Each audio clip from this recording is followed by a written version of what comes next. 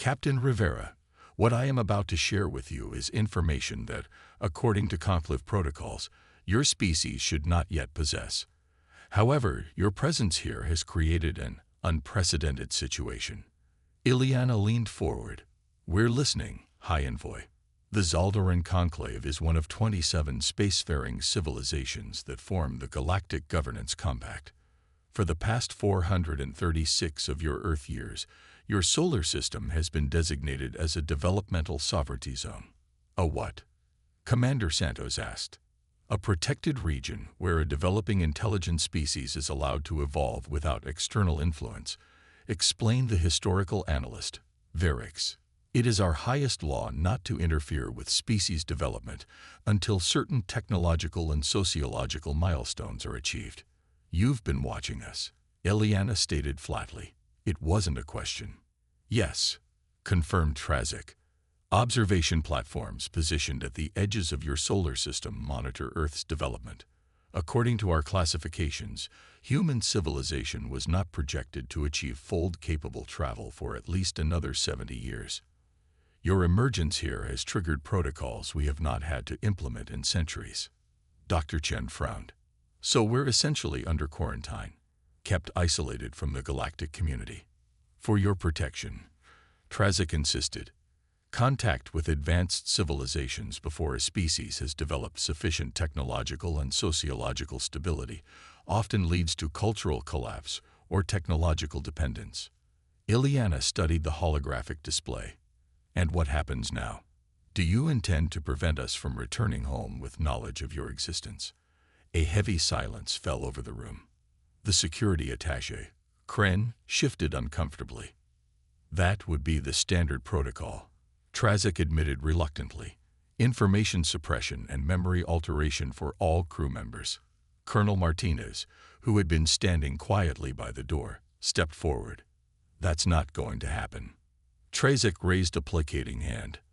However, your demonstrated technological achievements suggest that humanity may have been miscategorized in our developmental projections. The fact that you have independently developed fold technology indicates that reconsideration of Earth's status may be warranted. There's something you're not telling us, Ileana said, noting the tension between the Zaldarans.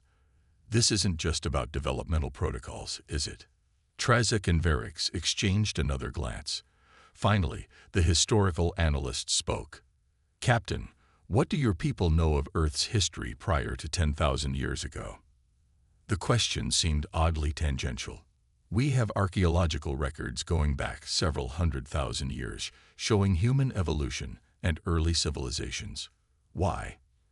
And have you ever questioned why humanity's technological development accelerated so dramatically in the past few centuries after millennia of relatively slow progress?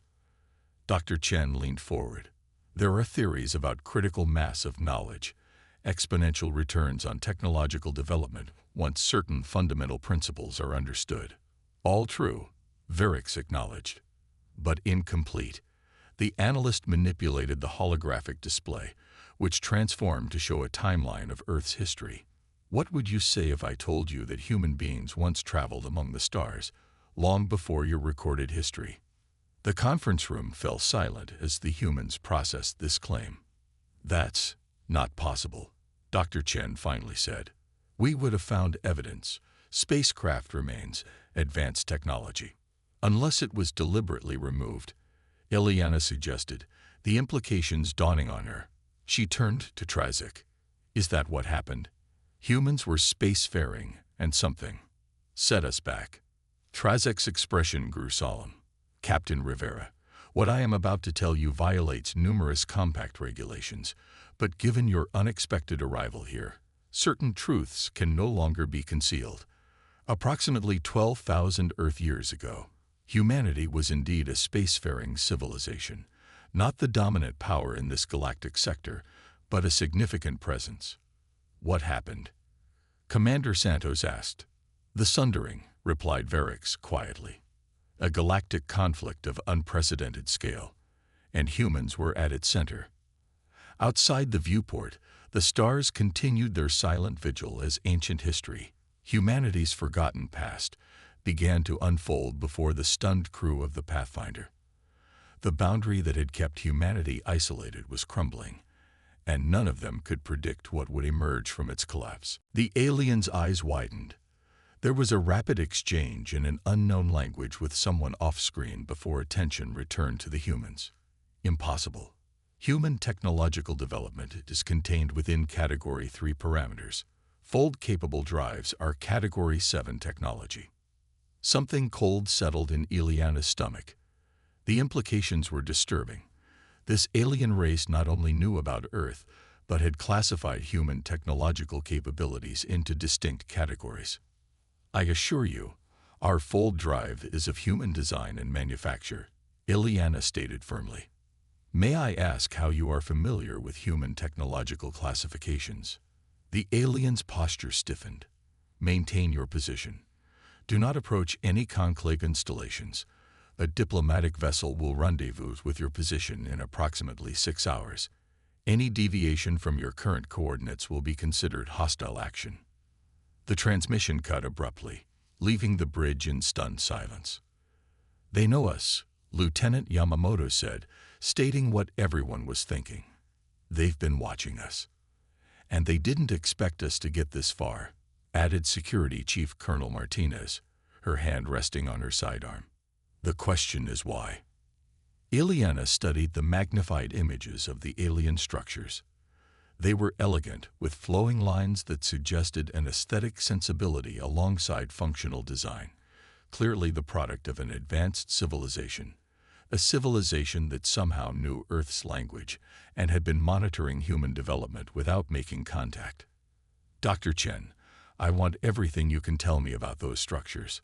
Weapons capabilities, shield strengths, communications arrays. Colonel Martinez, discrete battle readiness. I don't want to provoke anything, but I want options if this goes sideways. Lieutenant Yamamoto, plot a fold-back course to Earth, just in case. As the crew moved to their tasks, Ileana accessed her personal terminal and began recording a message to Earth Command. This is Captain Rivera of the Pathfinder. We have made first contact with an alien civilization calling itself the Zaldaran Conclave. They were not surprised to encounter humans. In fact, they seem to have been monitoring our development for some time. She paused, weighing her next words carefully.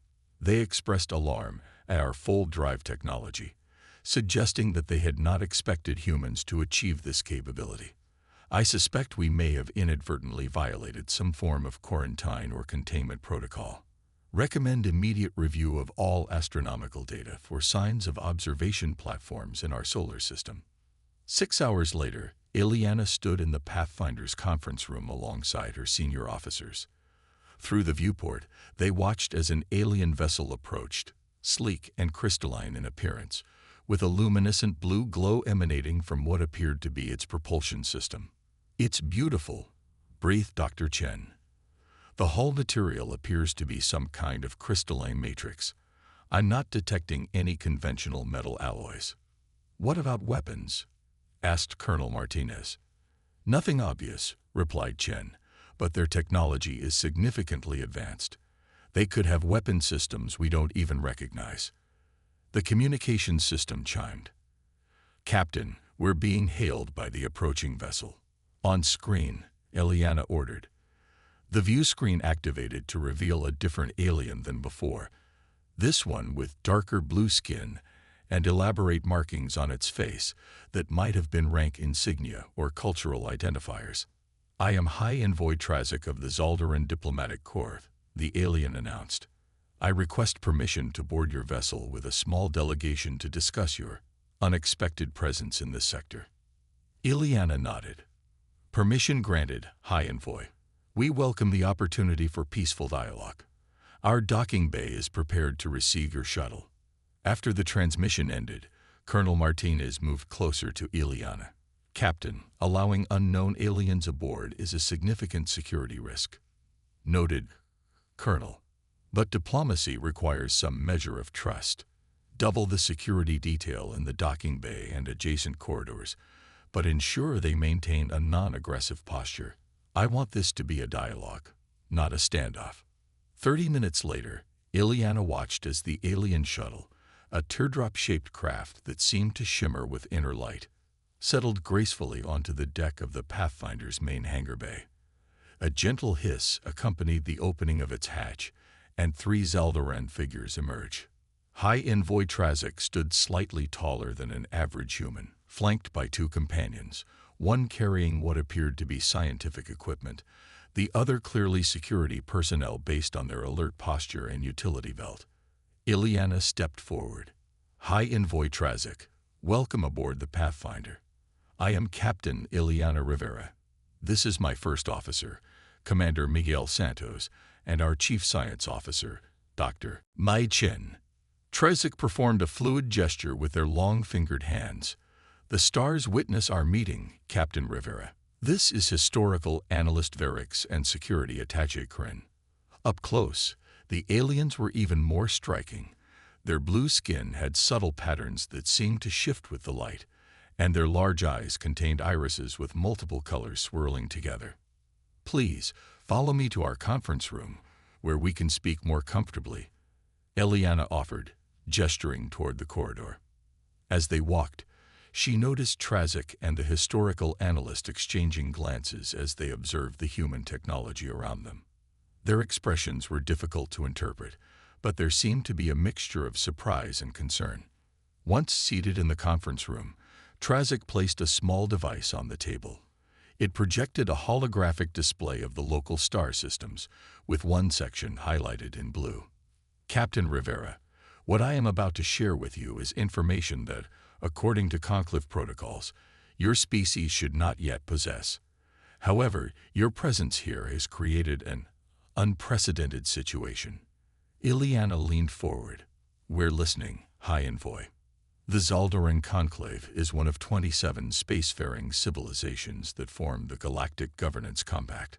For the past 436 of your Earth years, your solar system has been designated as a developmental sovereignty zone. A what? Commander Santos asked. A protected region where a developing intelligent species is allowed to evolve without external influence, explained the historical analyst, Verix. It is our highest law not to interfere with species development until certain technological and sociological milestones are achieved. You've been watching us, Ileana stated flatly. It wasn't a question. Yes, confirmed Trazik. Observation platforms positioned at the edges of your solar system monitor Earth's development. According to our classifications, human civilization was not projected to achieve fold-capable travel for at least another 70 years. Your emergence here has triggered protocols we have not had to implement in centuries. Dr. Chen frowned. So we're essentially under quarantine, kept isolated from the galactic community. For your protection, Trazik insisted, contact with advanced civilizations before a species has developed sufficient technological and sociological stability often leads to cultural collapse or technological dependence. Ileana studied the holographic display. And what happens now? Do you intend to prevent us from returning home with knowledge of your existence? A heavy silence fell over the room. The security attaché, Kryn, shifted uncomfortably. That would be the standard protocol, Trazik admitted reluctantly.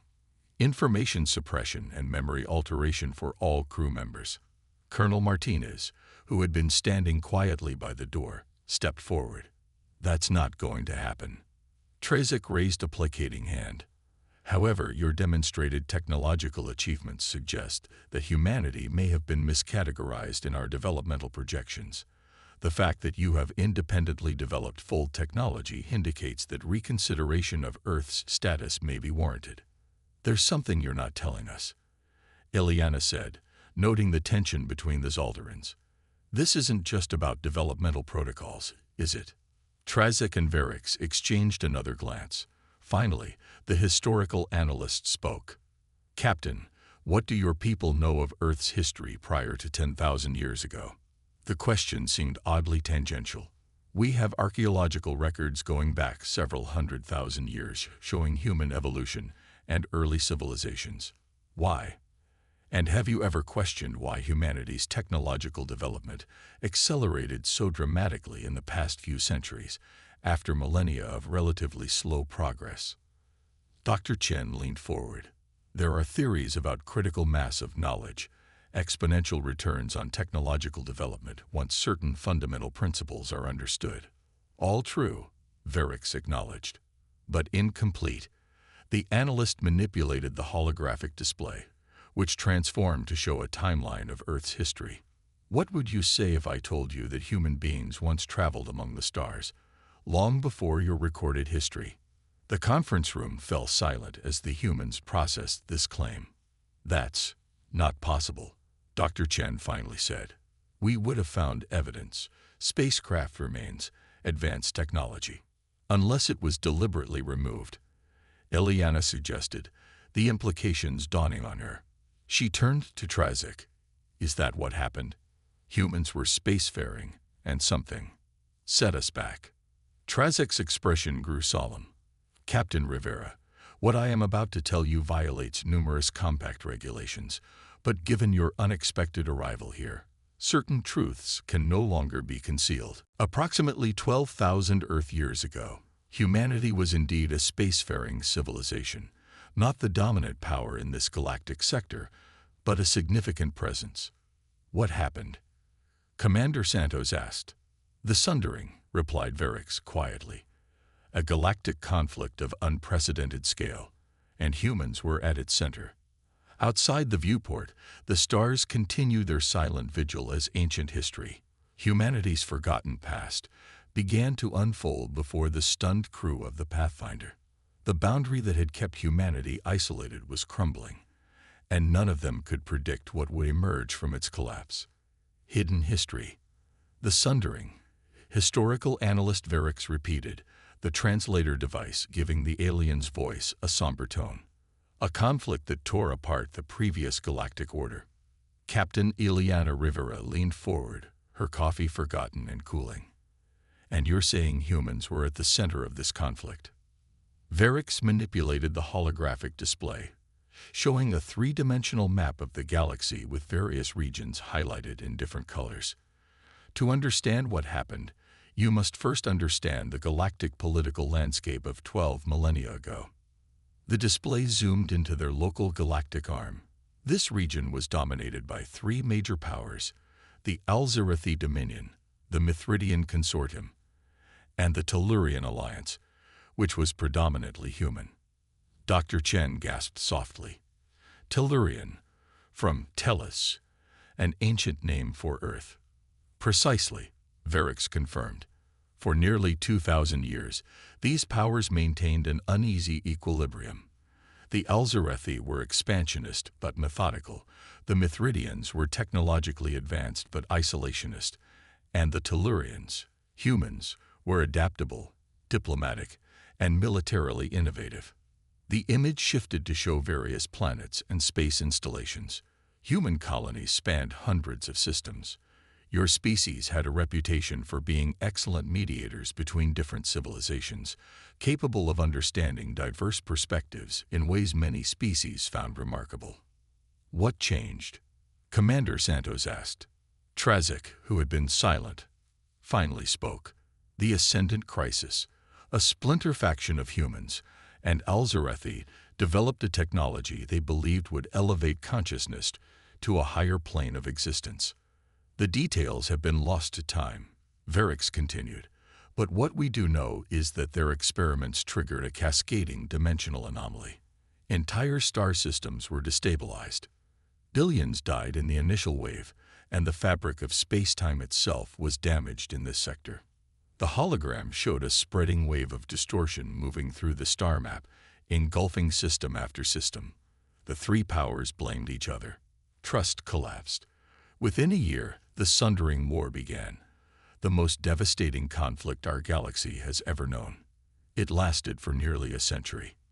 Colonel Martinez studied the tactical displays with professional interest. And how did it end? Not well, Trazek said grimly. The Mithridians developed a weapon that could target specific genetic signatures across vast distances. They intended it as a defensive measure against Al-Zarathi bioweapons, but in the fog of war, mistakes were made. Ileana felt a chill. They targeted humans.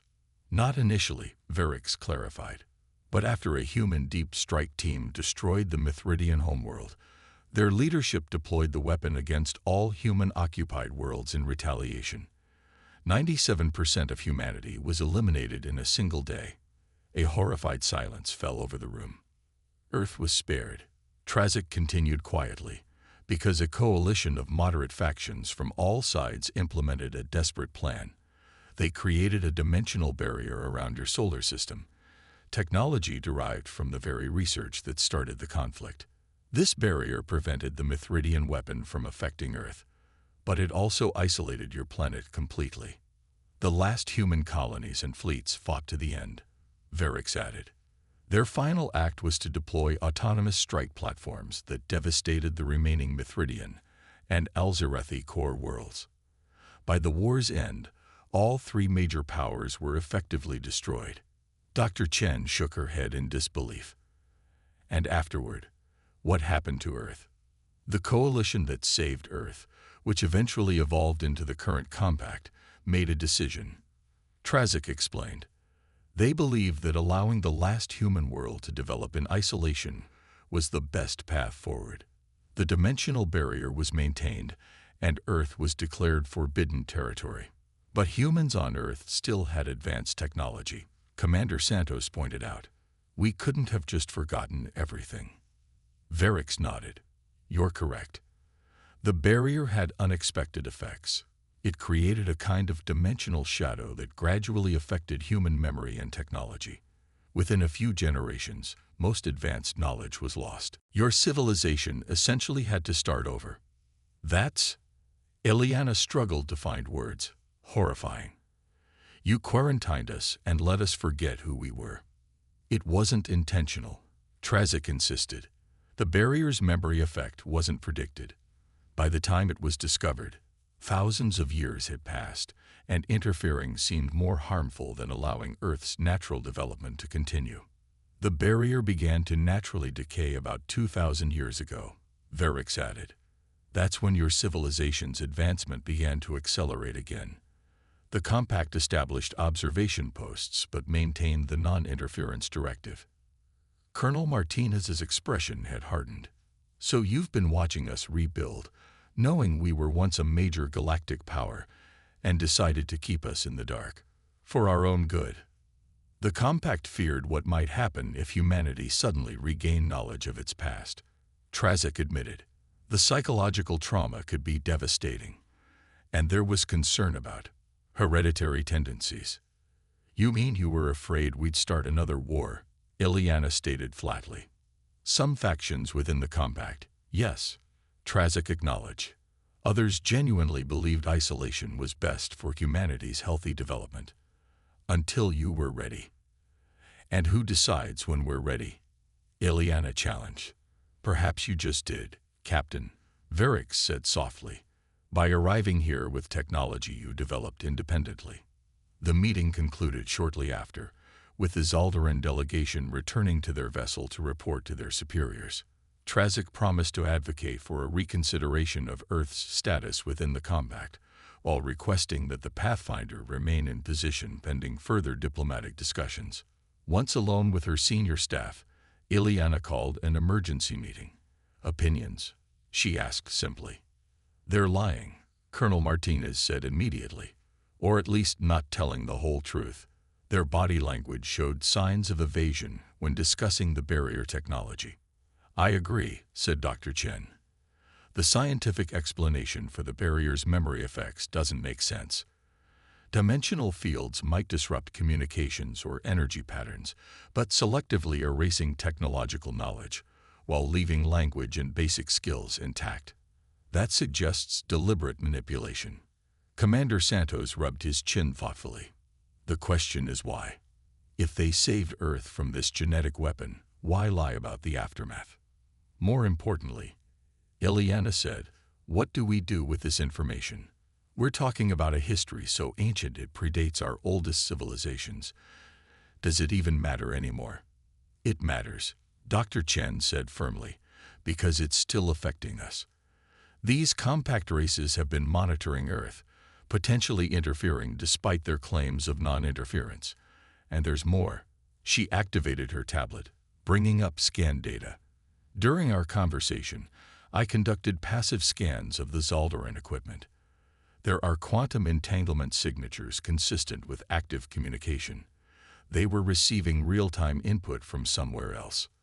Someone else was listening in, Eliana concluded, directing their responses perhaps. Likely, Chen agreed. And there's something else.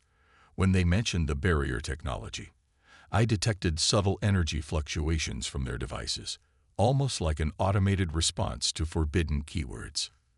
Ileana paced the conference room.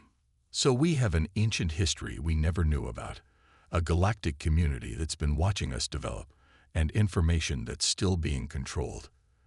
The question is, what do we do now? We need more information, Commander Santos suggested.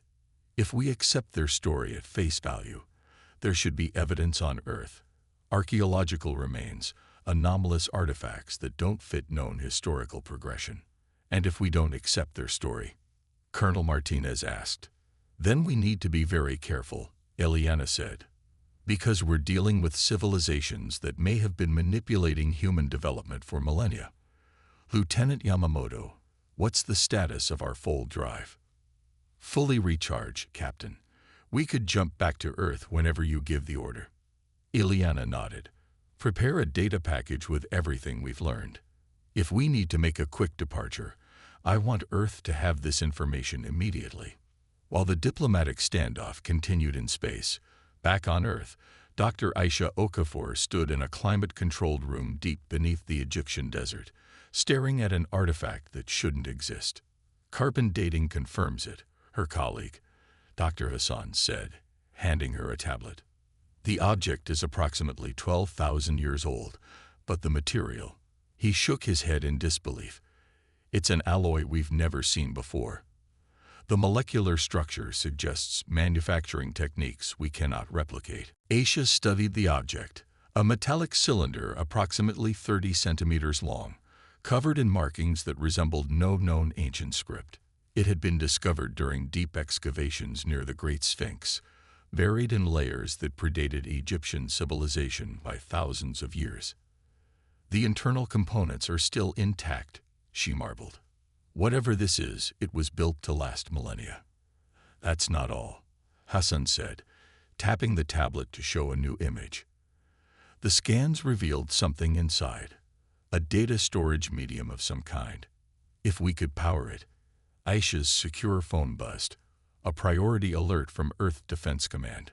She frowned as she read the message. What is it? Hassan asked. All archaeological teams working on prehistoric anomalous artifacts are being asked to secure their findings and prepare for military escort to a central facility. Military escort? Why? Aisha read further, her eyes widening. The Pathfinder has made first contact with an alien civilization, and apparently, it changes everything we thought we knew about human history. Back aboard the Pathfinder, Ileana made a decision.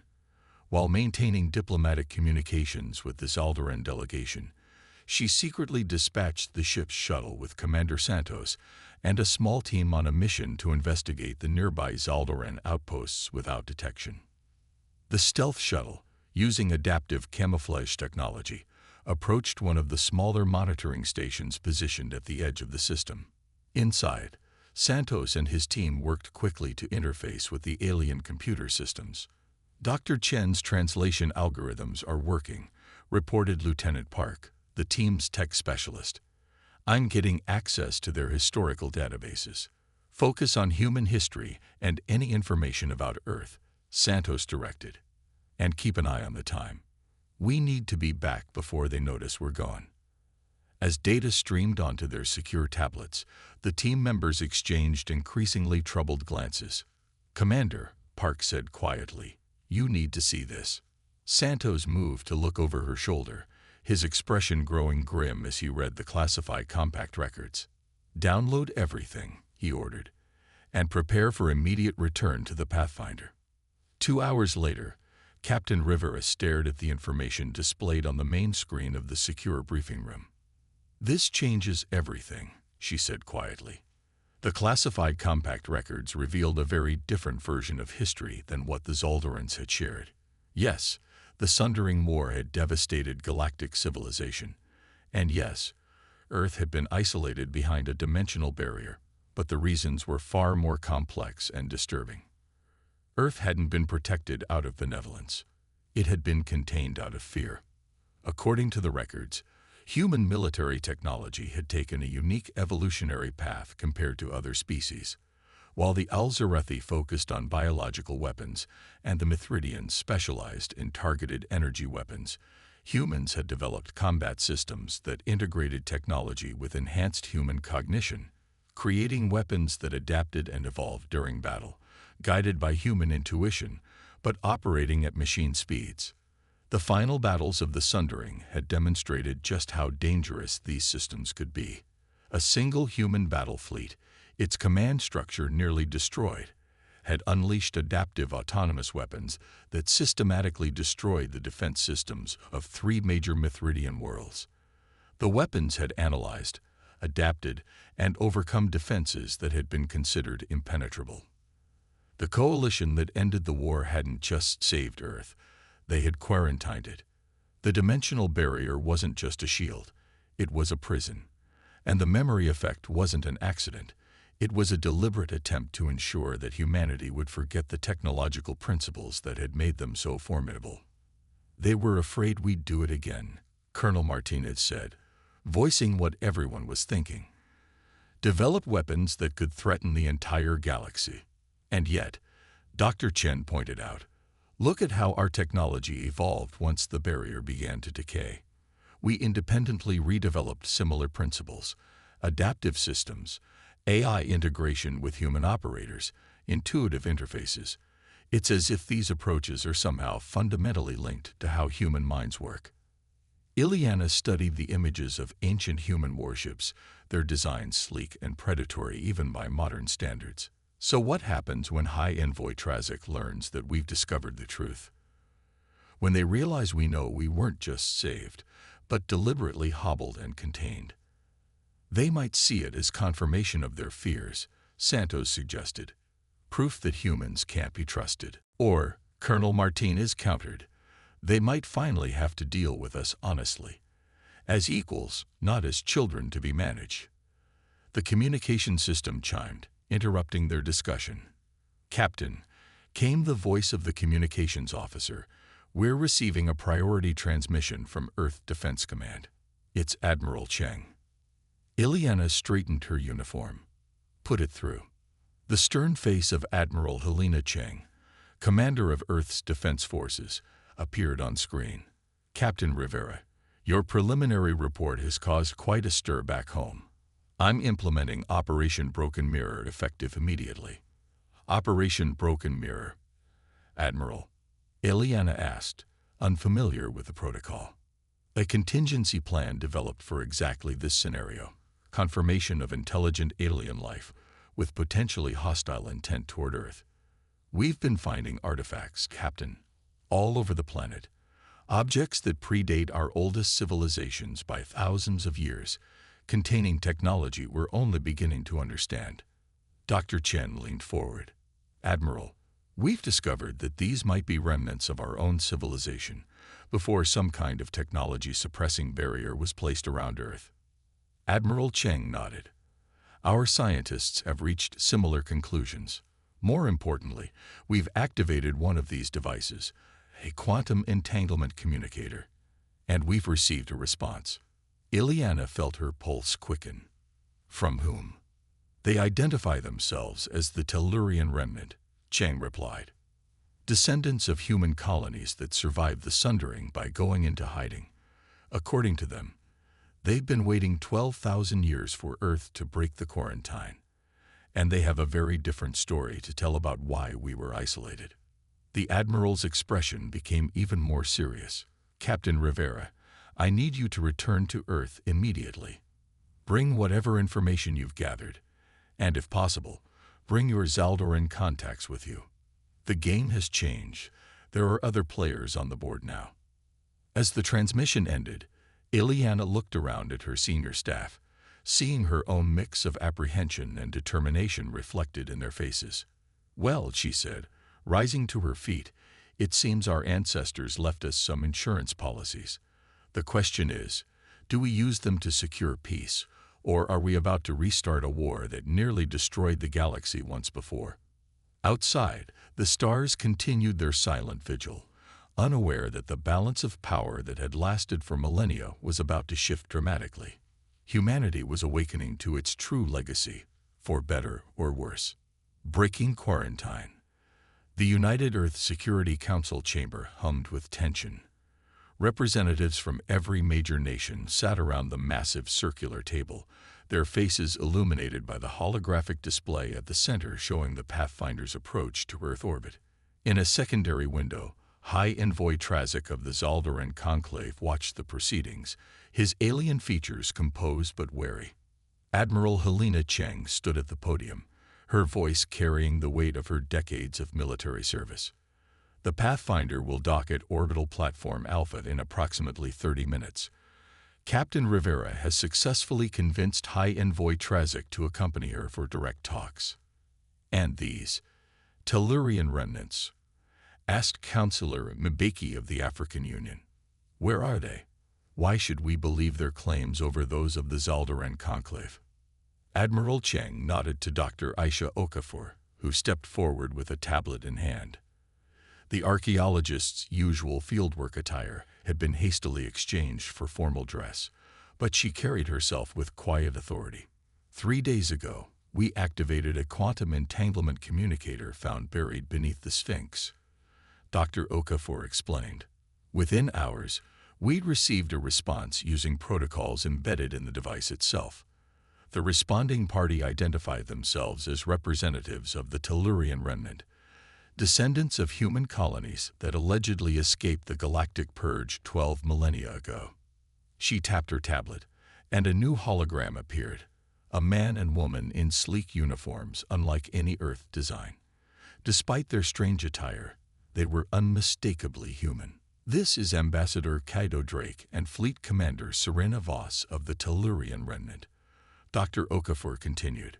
"According to them, their ancestors escaped the Sundering by retreating into what they call the Dark Regions, areas of space with natural properties that shield them from standard detection methods.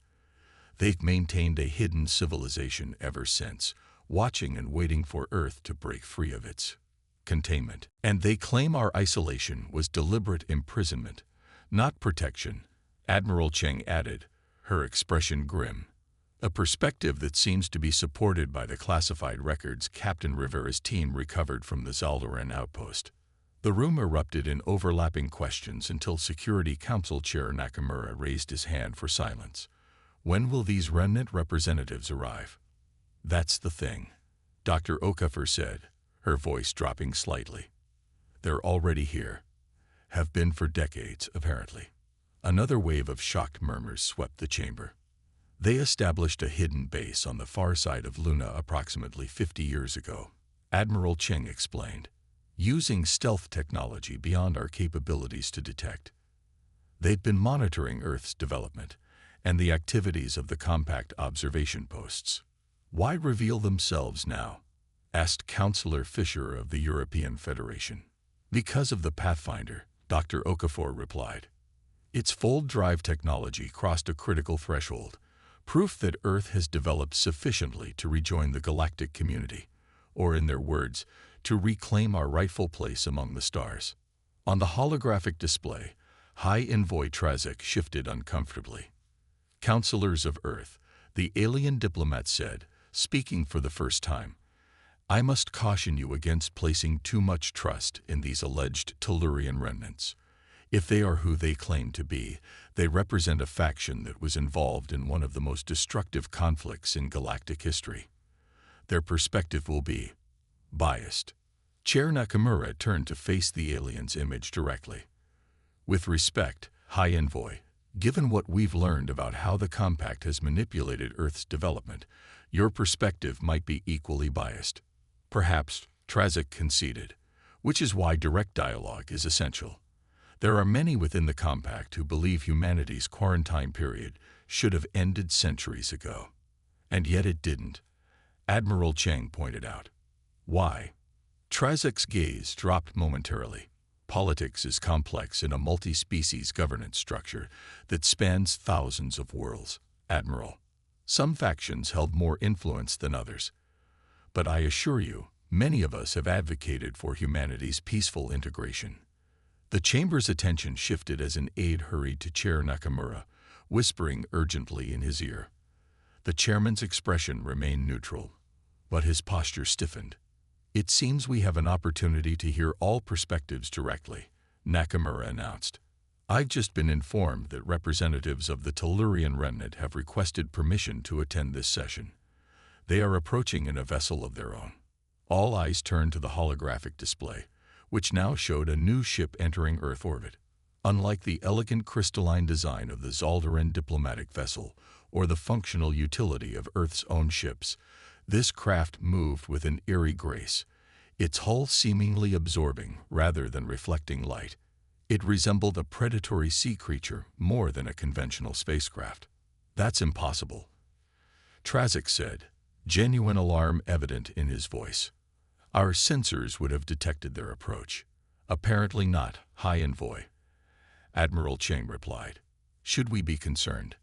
I don't know, Trazik admitted, his composure slipping. This technology shouldn't exist anymore. The compact destroyed all examples of adaptive stealth systems after the sundering. Evidently, they'd missed some, Chair Nakamura observed dryly. I propose we hear what these remnants have to say. All in favor. The vote was unanimous. 90 minutes later, the Security Council chamber had become the site of an unprecedented diplomatic summit. Captain Ileana Rivera stood at the back, watching as history unfolded before her eyes. At one side of the chamber sat the Zaldaran delegation, led by High Envoy Trazik, their blue skin and elongated features standing out sharply against the Earth-standard furniture.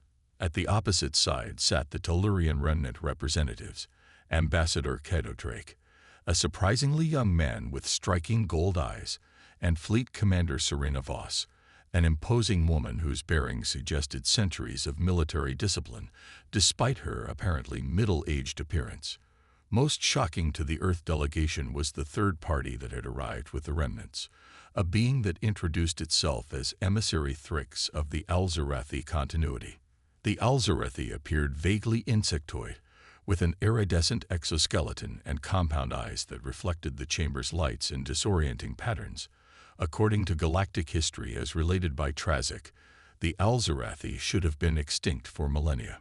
This changes the complexion of our discussions considerably, Chair Nakamura said, breaking the tense silence that had fallen after introductions were complete. We were led to believe that the Alzarathi civilization was destroyed in the sundering. Not destroyed, Emissary Thrix replied, its voice a melodious humming translated through a device at its thorax. Transformed, diminished, hidden, like your Tellurian cousins. Necessity demanded adaptation. Ambassador Drake leaned forward. The version of history you've received from the compact is incomplete at best, deliberately falsified at worst. Yes, the Sundering War was catastrophic. Yes, billions died, including most of humanity's extrasolar population.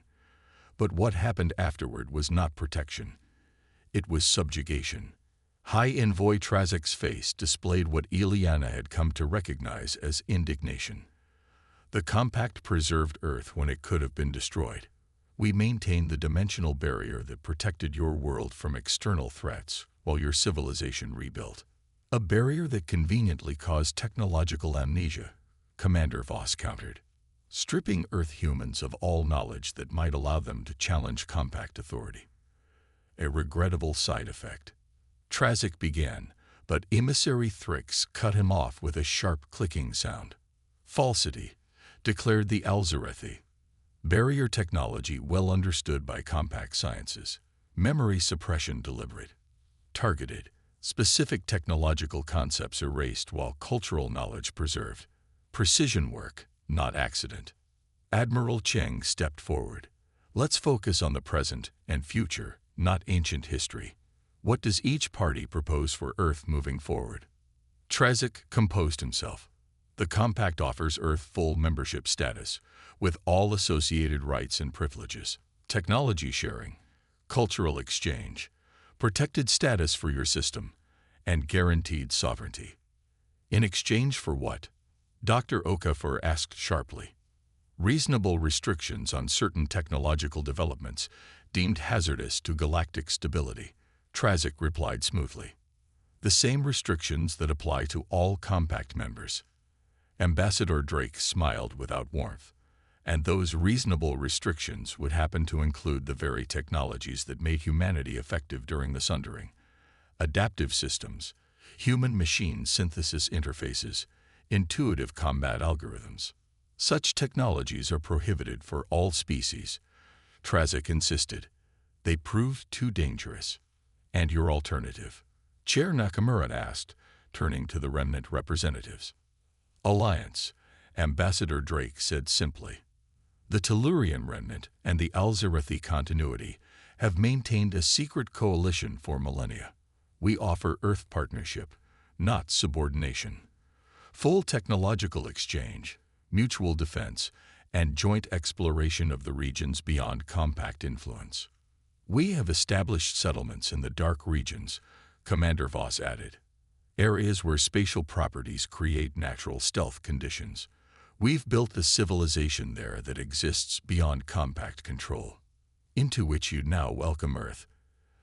Admiral Cheng summarized. But this would effectively mean positioning Earth in opposition to the compact, a potentially dangerous stance for a world just emerging onto the galactic stage. The danger already exists, Commander Voss insisted. The moment the Pathfinder demonstrated fold capability, Earth became a target. There are factions within the compact who would rather see humanity contained permanently or eliminated than risk another sundering. Exaggeration. Trazik protested, but his denial lacked conviction. Is it? Ambassador Drake challenged. Then explain the compact battle fleet that has just entered the edge of this solar system. The chamber erupted in chaos. Admiral Cheng rushed to a communication terminal, barking orders to Earth Defense Command. Projected displays showed feed from long-range sensors, a dozen vessels of various configurations approaching from the direction of the Kuiper Belt, their designs markedly different from the Zaldaran diplomatic ship. High Envoy Trazik, Chair Nakamura said, his voice cutting through the commotion. Perhaps you can explain this development. The Zaldaran diplomat's inner eyelids flickered rapidly. A sign of distress Ileana had observed during tense moments aboard the Pathfinder. I was not informed of any fleet movements. This is not part of the diplomatic mission I was authorized to undertake. Compact Security Directorate vessels, identified Commander Voss, studying the sensor data. Not regular compact peacekeepers. They answer to the hardline factions. How long until they reach Earth? Asked Counselor Mbeki. At their current velocity, approximately 18 hours, Admiral Cheng replied. Our defensive capabilities are substantial but untested against this level of technology. You are not without allies, Commander Voss said firmly.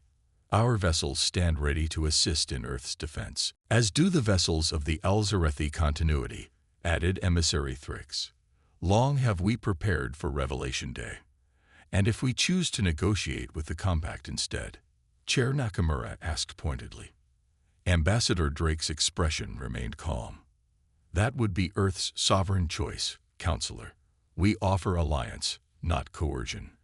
But be aware that the faction sending those ships does not share our respect for your self-determination. High Envoy Trazik stood abruptly. Allow me to contact the Compact Council directly. This action was not authorized by the full Council. I'm certain of it.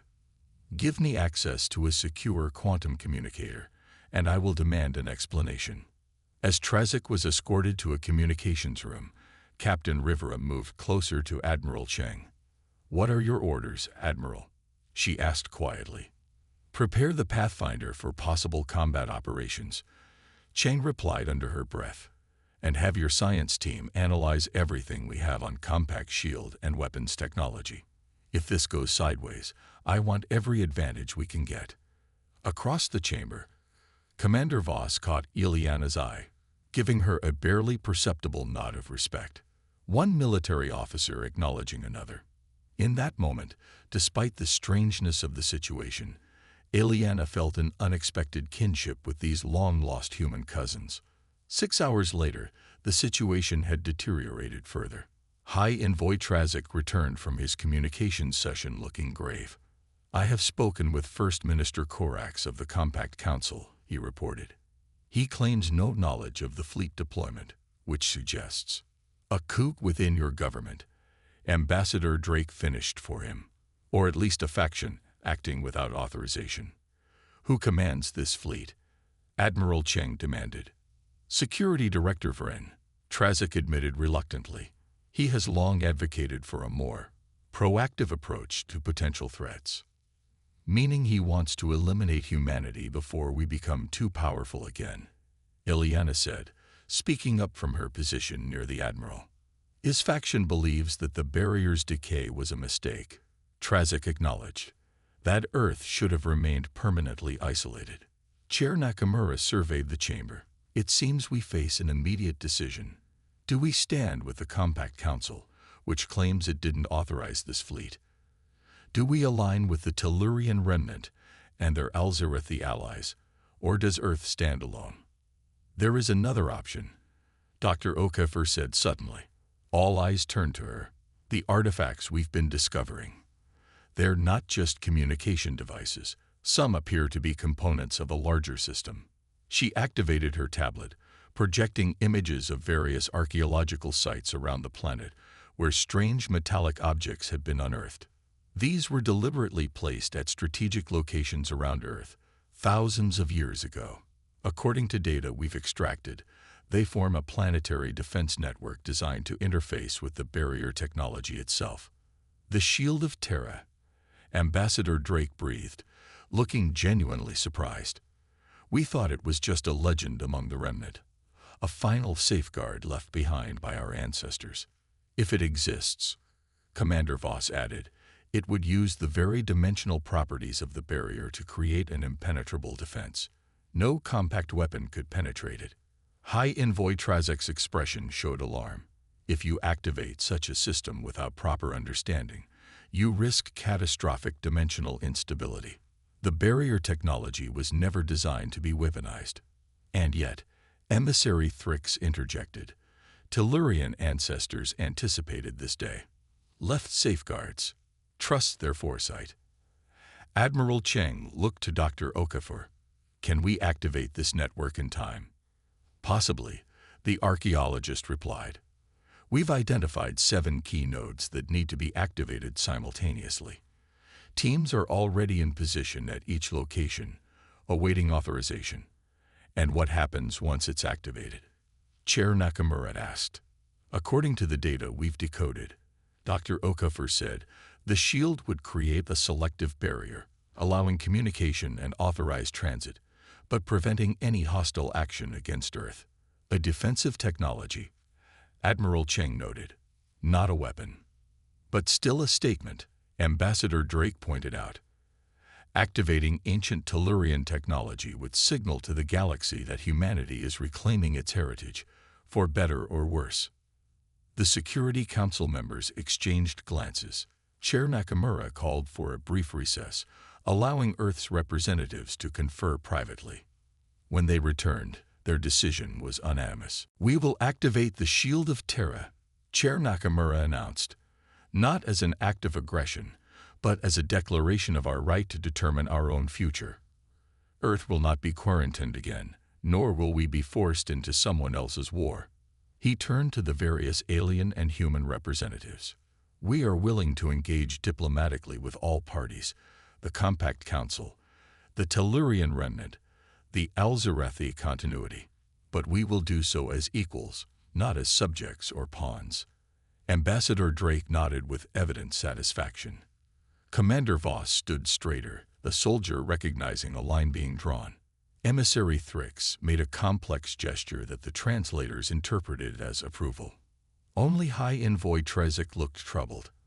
I hope you understand what you're signaling to the galaxy, Counselor. Some will see this as confirmation of their worst fears, that humanity is once again preparing to challenge the established order. Perhaps the established order needs challenging, Admiral Chang replied, especially if it sends warships to intimidate emerging civilizations. Chair Nakamura raised his hand. Dr. Okafor, you have authorization to activate the Shield of Terra. May it serve its intended purpose, to protect Earth while we forge our own path forward. As the archaeologist hurried from the chamber to coordinate the activation sequence, Captain Rivera felt the weight of history pressing around them. 12,000 years ago, humanity had been a major power among the stars before falling to catastrophic war and deliberate suppression. Now they were taking their first steps back onto the galactic stage, not as conquerors or victims, but as architects of their own destiny. The quarantine was ending. What would emerge from its breaking remained to be seen. In orbit above Earth, the Pathfinder maintained its position alongside vessels from 3 different factions: the Zaldaran diplomatic ship, the predatory curves of the Tellurian remnant cruiser, and the crystalline structures of an Alzarethi scout ship that had decloaked after the summit began. On the Pathfinder's bridge, Lieutenant Commander Yamamoto monitored long-range sensors showing the approaching compact fleet. They've increased speed, Captain, he reported as Ileana, the Anad,